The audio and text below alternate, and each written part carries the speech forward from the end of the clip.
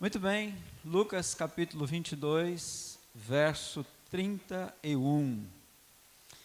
E o verso 32 diz assim: Simão, Simão, eis que Satanás vos reclamou para vos peneirar como trigo. Eu, porém, roguei por ti, para que a tua fé não desfaleça.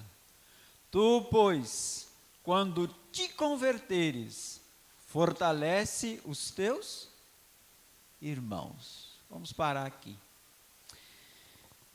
Queridos, talvez este momento da vida do apóstolo Pedro seja um dos mais conhecidos.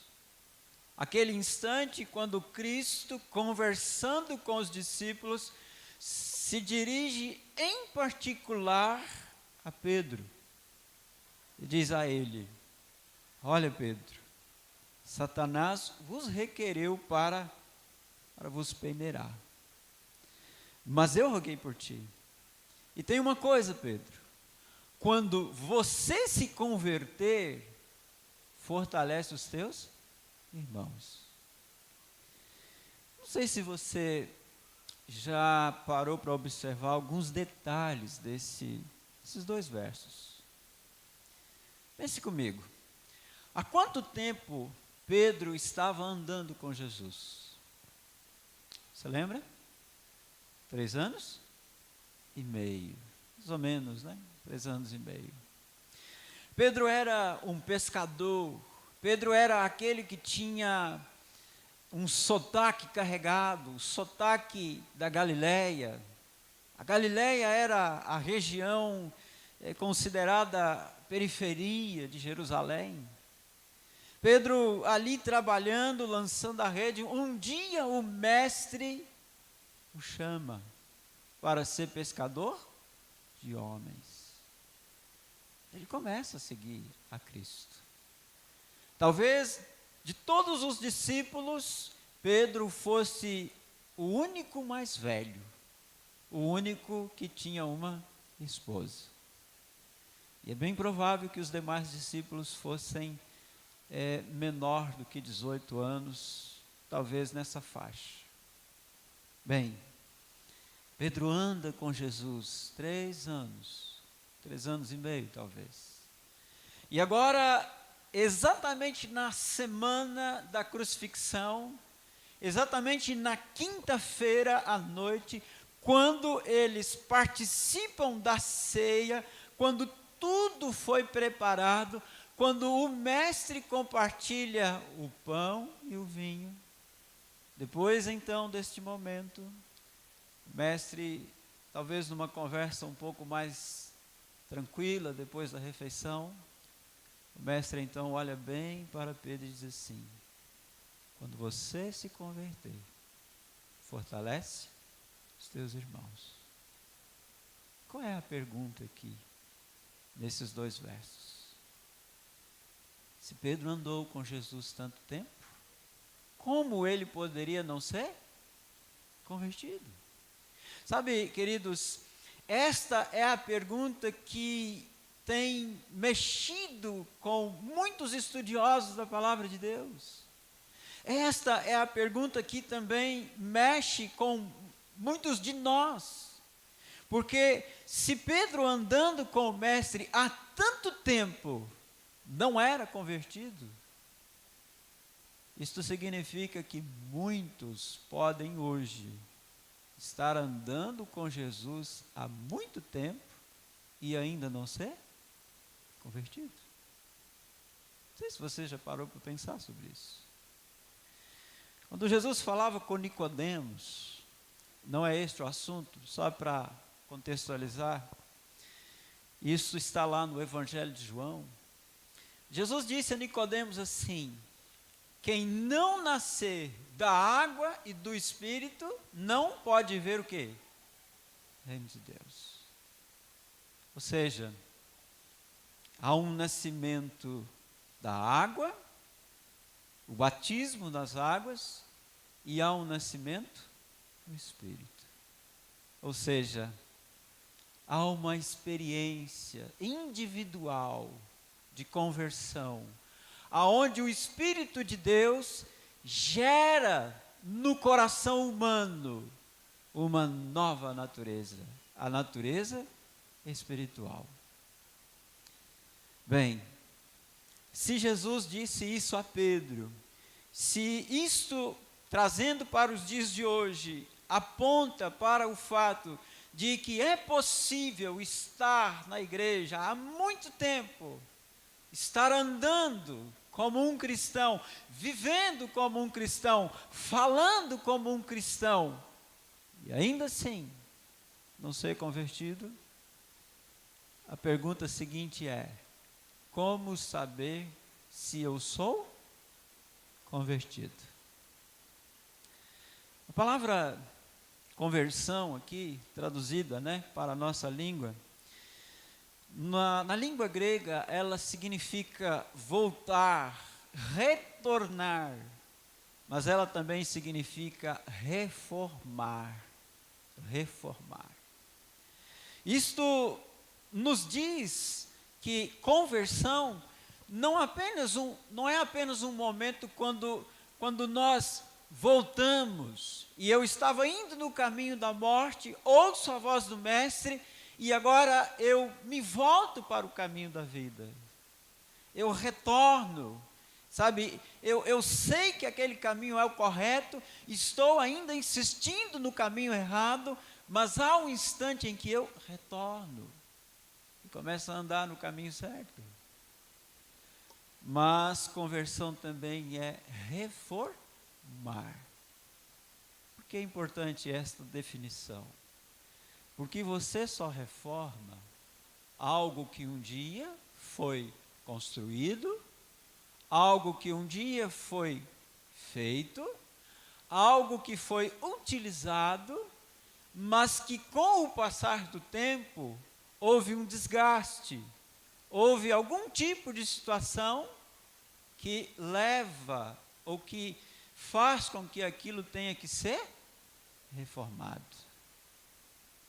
Ou seja, na vida cristã, a conversão ela tem que ver com um momento de conhecer a Deus, ela tem que ver com um momento em que conhece a Deus e se afasta, então precisa retornar, mas ela também tem que ver com uma reforma.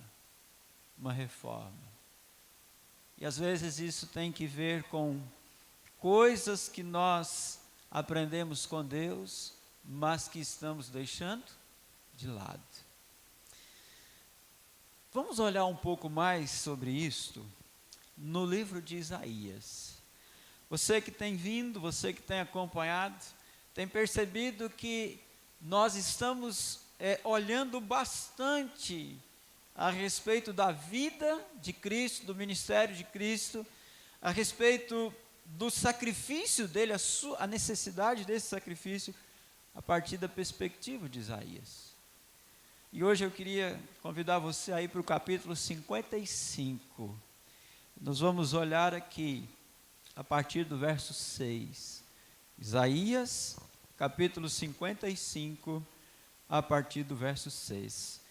E aqui vamos procurar responder a segunda pergunta: como saber se eu sou convertido? Então esta é aquilo que nós buscaremos entender a partir desses versos. Isaías, capítulo 55, a partir do verso 6, diz assim: buscai o Senhor, enquanto se pode achar, invocai-o, enquanto está perto. Deixe o perverso o seu caminho, o iníquo os seus pensamentos.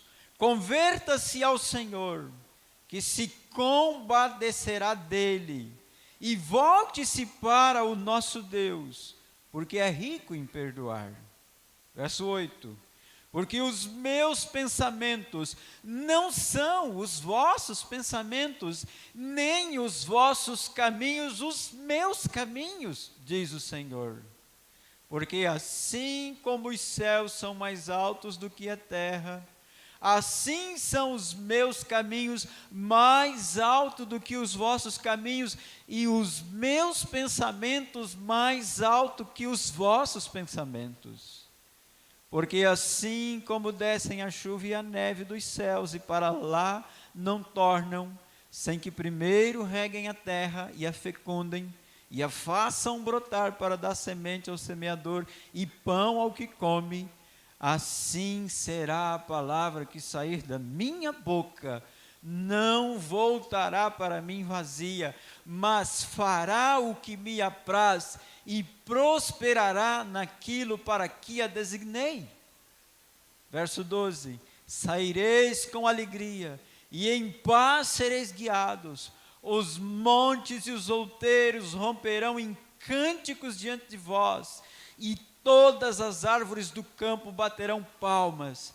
Em lugar do espinheiro crescerá o cipestre, e em lugar da sarça crescerá a murta, e será isto para a glória do Senhor, e memorial eterno que jamais será extinto.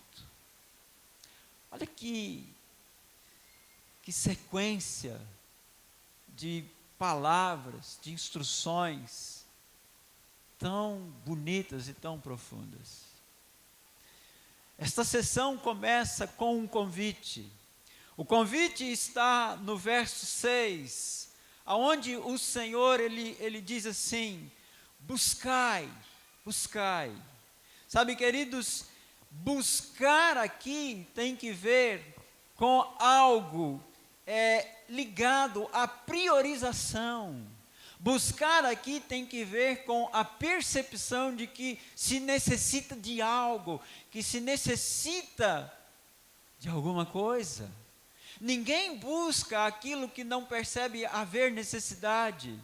Ninguém busca um copo de água se ele não sente sede, ou se ele não está atendendo alguém que sentiu sede.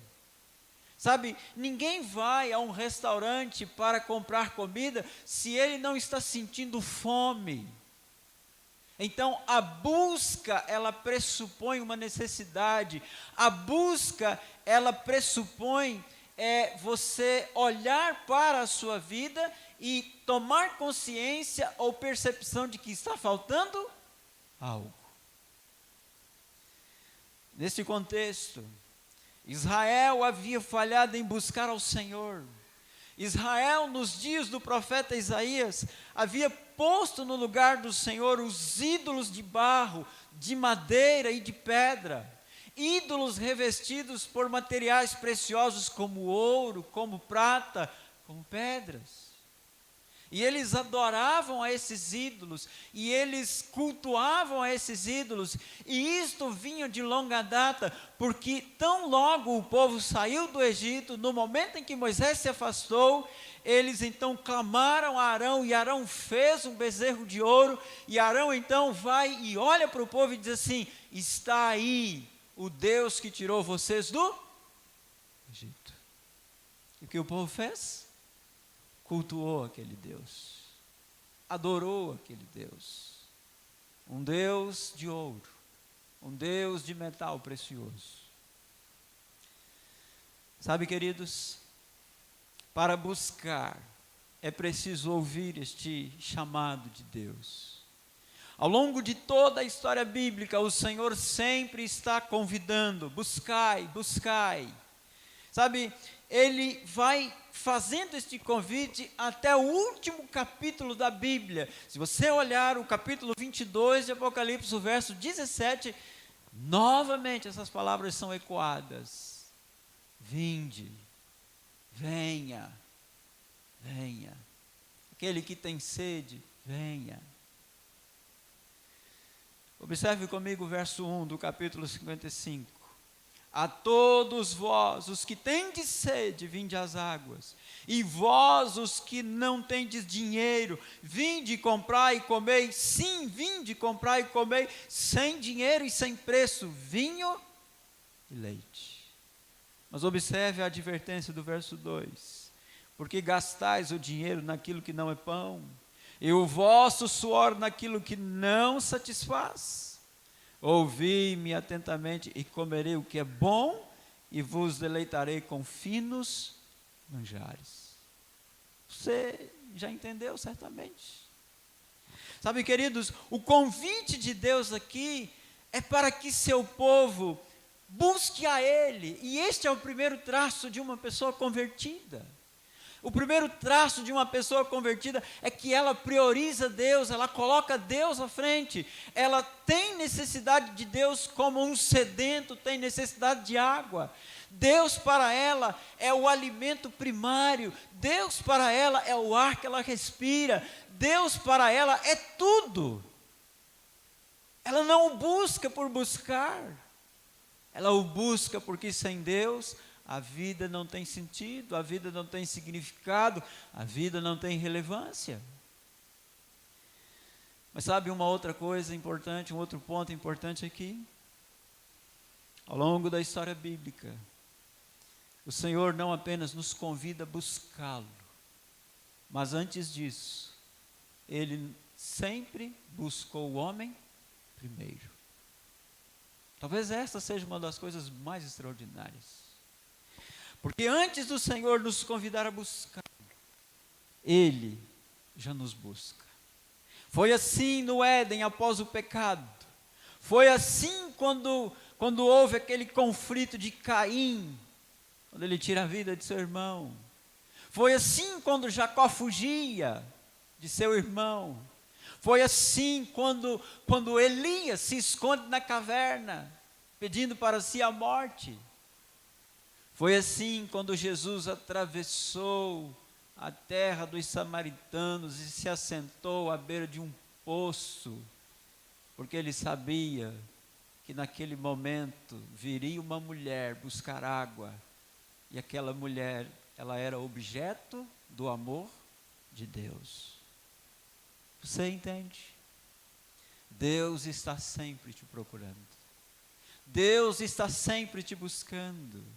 Deus está sempre te convidando. Ele te ama, Ele se importa com você, Ele se preocupa com você.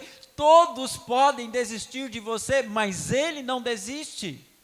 Todos podem virar as costas para você, mas Ele não vira. Sabe, todos podem se decepcionar com você, mas Ele não se decepciona, porque Ele não cria expectativas sobre nós como nós criamos uns para com os outros. Ele sabe quem somos. Sabe, queridos, como então buscar a Deus? Nós precisamos priorizá-lo. Nós precisamos conferir primazia a Deus em nossa vida e buscar os interesses do Senhor. Eu pergunto, você tem feito isso? Você tem colocado Deus em primeiro lugar? Quando você acorda pela manhã, qual é a sua primeira atividade? Qual é o seu primeiro compromisso maior? É correr e ir para o trabalho? É correr e levar os filhos à escola? Ou você acorda pela manhã e tem em sua consciência de que seu primeiro compromisso é estar na presença de Deus?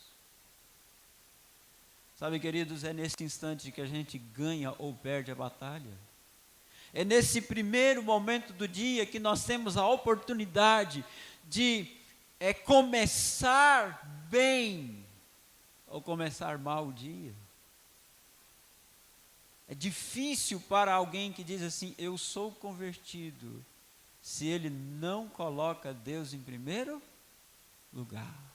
Se Deus não é o principal. Se ele troca Deus pelos ídolos deste mundo, pelos ídolos de prata, de ouro e tantos outros. A segunda característica daquele que é convertido, verso 7 e o verso 8 do capítulo 55 de Isaías.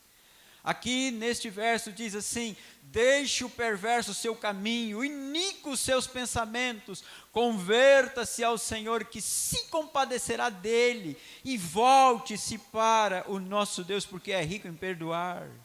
Porque os meus pensamentos não são os vossos pensamentos, nem os vossos caminhos os meus caminhos. Sabe, queridos, aqui o Senhor está dizendo assim, aquele que está vivendo a conversão, ele tem pensamentos como os meus pensamentos, ele se ajusta, a sua mente, ela procura estar em harmonia com a mente de Deus. Duas palavras aparecem aqui, a primeira delas é pensamento. Sabe, queridos, pensamento está relacionado com as ideias. É em nosso pensamento que surgem as ideias. E eu te pergunto, será que uma ideia, ela é poderosa? Será que uma ideia, ela é importante? O que você acha? Eu fiquei curioso hoje com esse negócio de ideia. E eu fiquei pensando assim, se o alemão Carl Benz não tivesse tido a ideia de criar um carro movido a gasolina, será que hoje teríamos o automóvel? Se Santos Dumont, em 1906, não tivesse pensado em voar, não com um balão, não com um dirigível, mas com um avião, será que hoje nós teríamos? Se Alexander Graham Bell, em 1876, não tivesse pensado numa coisa chamada telefone, será que hoje você usaria esse negócio? Diga-se de passagem, o que a gente menos faz com o telefone hoje é falar, né? É ligar para alguém. Se Julius Robert não tivesse dedicado todo o seu tempo durante a Segunda Guerra Mundial como chefe de uma equipe, será que a bomba atômica teria sido criada? Você percebe como que uma ideia tem poder? Você percebe como que uma ideia tem força? Você percebe como que existem ideias boas e ideias ruins? É por isso que o Senhor está dizendo assim, os meus pensamentos, as minhas ideias, não são as suas ideias. Aquele que é convertido, as suas ideias, seus pensamentos, eles andam em harmonia com o Senhor. Mas a segunda palavra aqui, além de ideias, é caminhos. Observe que o Senhor está dizendo assim, porque os meus caminhos não são os vossos caminhos. Caminho dá a ideia de praticar, de viver. Caminho dá a ideia de você colocar, tirar do planejamento aquilo que você pensou. Caminho é o que você vive na prática. Caminho é o que você faz no dia a dia. Caminho é aquilo que nós executamos depois que estudamos a lição da escola sabatina. Caminho é como eu vivo o meu cristianismo ao longo do dia.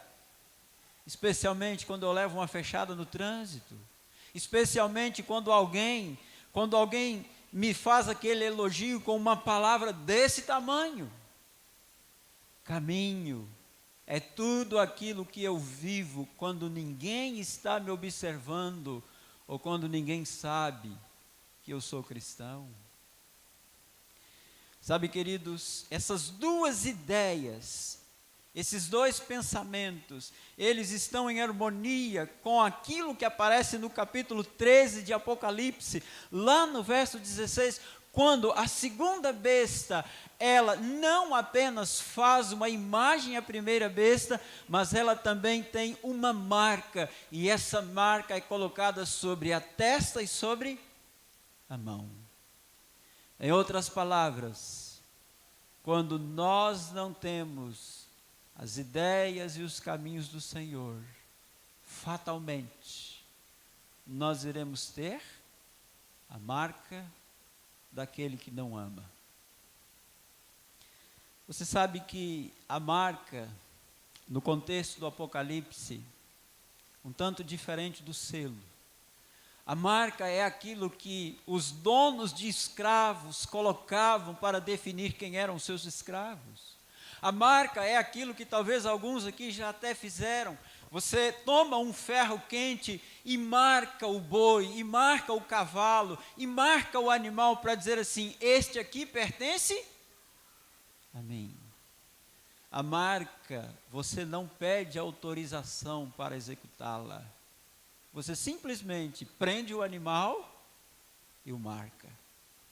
Em outras palavras, aquele que não anda nos caminhos do Senhor e nem tem as ideias do Senhor, fatalmente, ele será preso pelo inimigo e receberá a marca do inimigo.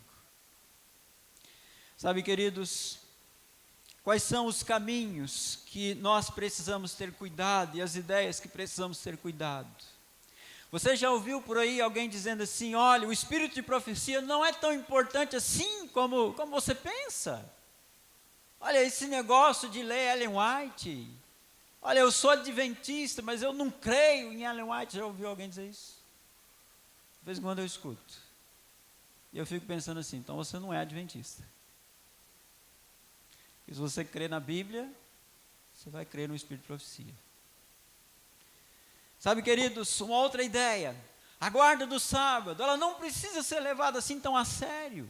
Olha, no sábado a gente pode fazer qualquer outra coisa. No sábado a gente pode viver de qualquer maneira. Não tem problema sair da igreja e ir ali no comércio. Às vezes você vai comprar comida no comércio, mas você teve a oportunidade de fazer o almoço e não fez na sexta-feira.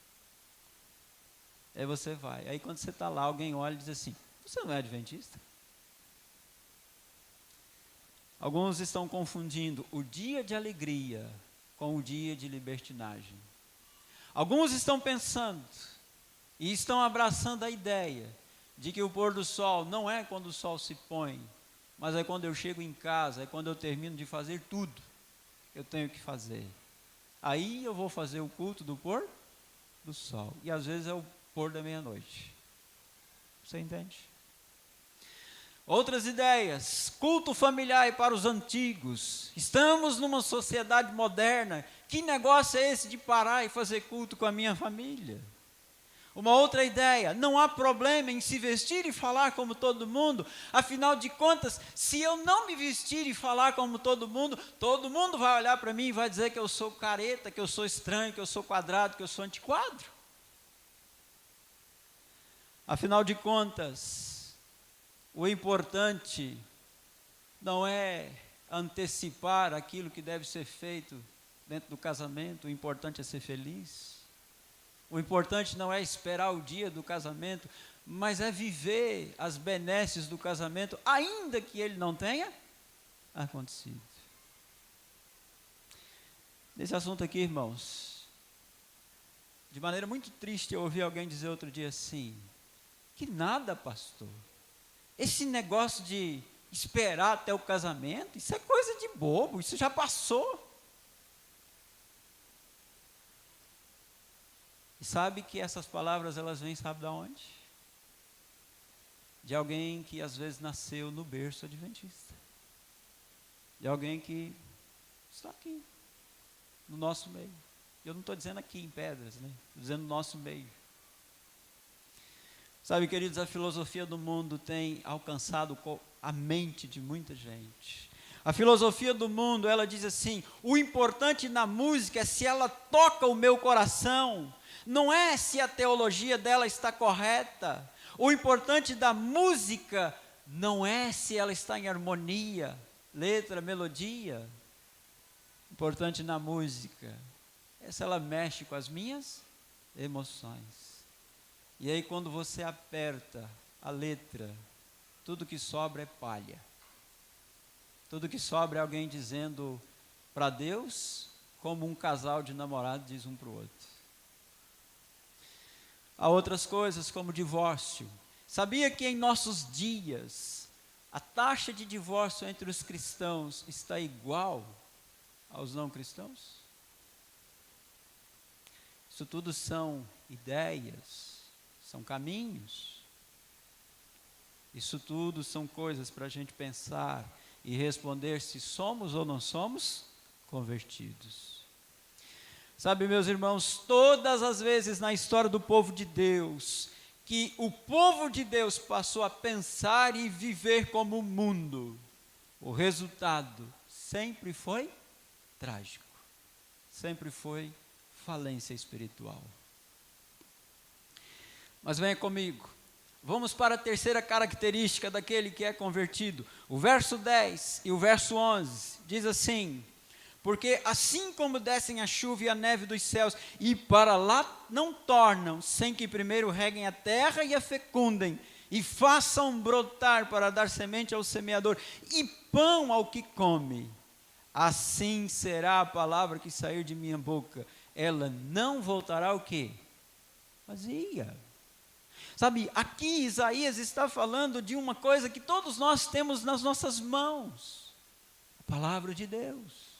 Queridos, a palavra de Deus nunca esteve tão disponível como neste tempo. A palavra de Deus nunca foi um livro tão acessível fisicamente e até mesmo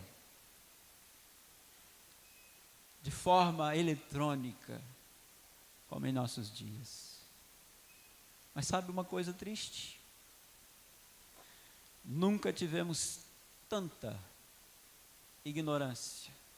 Ou ignorância, né? Me perdi agora no significado. Professor de português, me ajuda. É ignorância ou ignorância? Ignorância. Então, nunca tivemos tanta ignorância em relação ao conteúdo bíblico. Você sabe, queridos, deixa eu contar uma coisa para vocês aqui. Foi feita uma pesquisa entre líderes, tempo desse atrás, e perguntou assim: líderes, quem matou João Batista? Pasme você. Mas apareceu respostas do tipo: Caim. E a pergunta era: você consegue citar 3 versos bíblicos que falam da volta de Jesus? Sabe quando a ligação cai? Mas venha comigo, uma outra pesquisa que nós participamos em 2018. Aquela pesquisa que a Igreja Mundial fez. E havia uma pergunta, e a pergunta era: qual é a sua frequência de estudo da Bíblia? Veja a resposta: 48,7% dos que responderam disseram assim: eu estudo a Bíblia diariamente. 48,7%. 40,4% respondeu de vez em quando. 8,2%, eu só estudo na igreja. Por quê? Porque o professor da lição pede para ele ler o verso bíblico. Porque o pastor diz, ou o pregador diz assim: abre aí, vamos acompanhar o texto. Agora, pasme você, 2% disse que não estuda, e 0,7% respondeu que só leu a Bíblia para se batizar. E nós somos o povo do quê?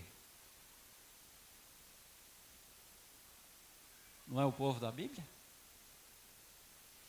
Ellen G. White escreve assim: é impossível avaliar os bons resultados de 1 hora ou mesmo de meia hora diária dedicada à palavra de Deus de maneira alegre e social. Foi a tia White que escreveu.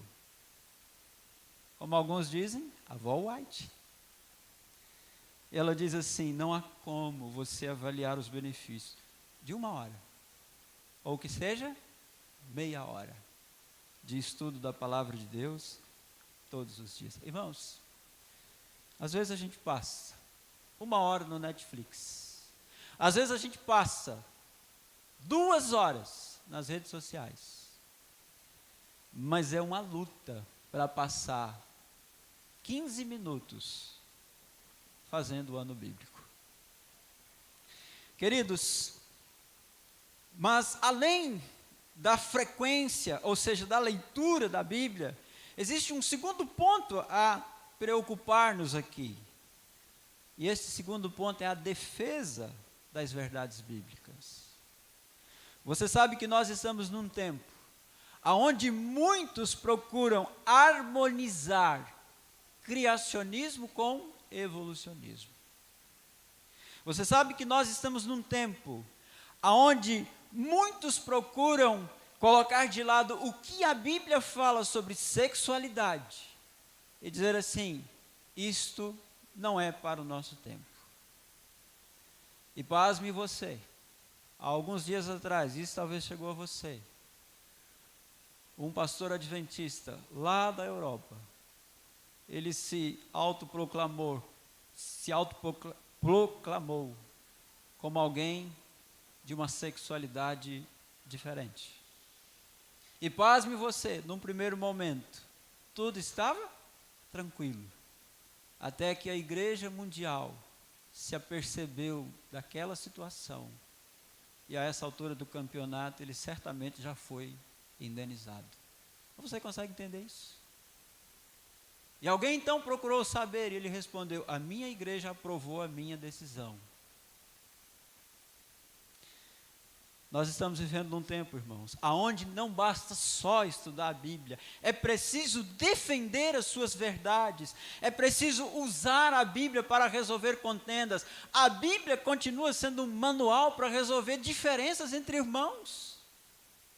Mateus 18, se teu irmão pecar contra ti, vai entre ti e ele só. Mas sabe o que a gente às vezes faz? A gente não vai. E depois que eu coloco na tribuna, no Facebook, eu digo assim: ei, eu sou convertido, tá? Eu sou convertido. Aí você diz assim: mas você foi lá resolver com o outro? Eu digo: não vou, não fui nem vou. Não fui nem vou, porque eu não levo desaforo para casa. E aí naquele dia a gente vai ouvir Jesus dizendo assim: e eu não levo gente que não é convertida para casa. Queridos, nós poderíamos citar muitas outras coisas aqui, mas vamos para a quarta característica daquele que é convertido. Veja comigo o verso 12. O verso 12 diz assim: saireis com alegria e em paz sereis guiados. Os montes e os outeiros romperão em cânticos diante de vós, e todas as árvores do campo baterão palmas. Você consegue imaginar essa figura? Ela é a figura de alguém que tem duas coisas: alegria e paz.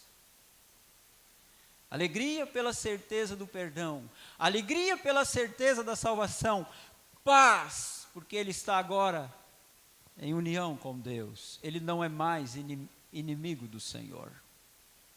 Sabe, meus irmãos, nós falamos ontem aqui um pouco sobre isso. A vida cristã, ela precisa ter um tom de alegria. A vida cristã, por mais que seja permeada por lutas, provas, tempestades, por mais que exista tribulações, mas se a vida cristã não é permeada por um sentimento, por algo que tem que ver com alegria, então o fruto do Espírito parece que não está funcionando. Você entende? Porque o fruto do Espírito é amor e o que mais? Alegria, paz, né? Eu não consigo imaginar, eu disse isso acho que ontem, eu não consigo imaginar Jesus com a cara assim. Eu não consigo imaginar Jesus olhando para as criancinhas e dizendo assim: leva tudo para longe. Não consigo. Eu consigo imaginar um Cristo que sabia a hora de falar sério, mas também a hora de ter senso de humor.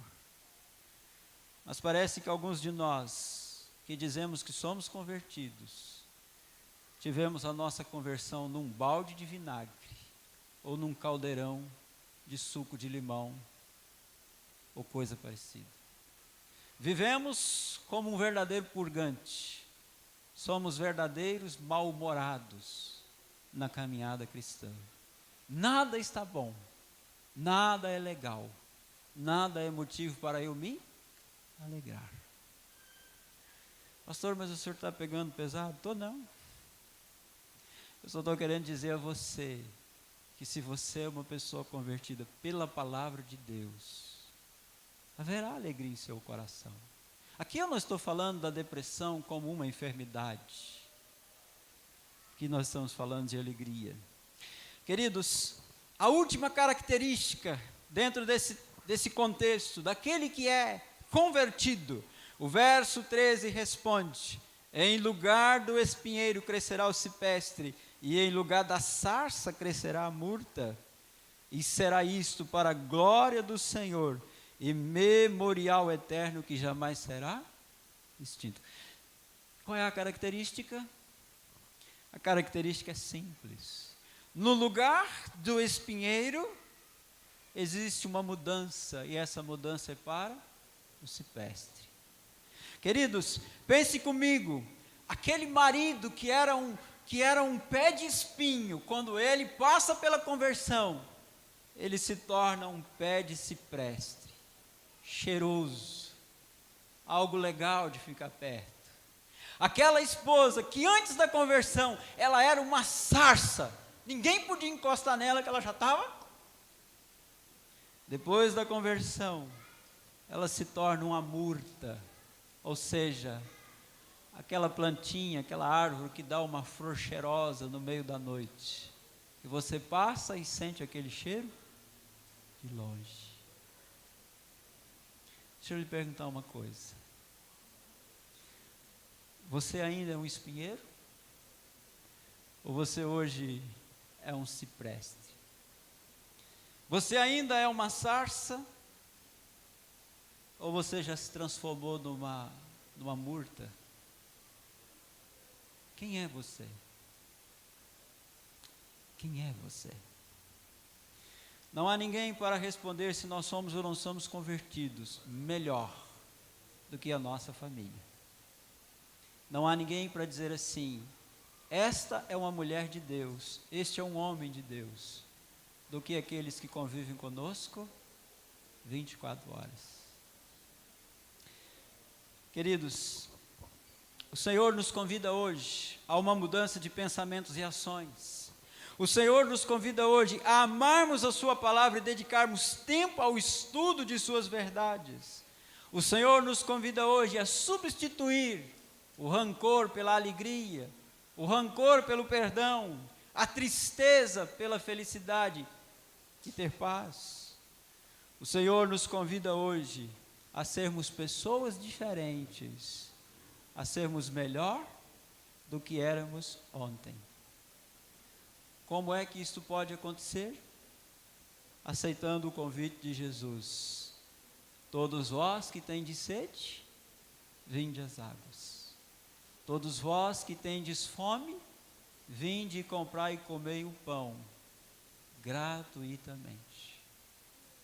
O que você e eu precisamos? Retornar ao Senhor, reformar o nosso relacionamento com o nosso Pai, reformar a nossa comunhão com Ele.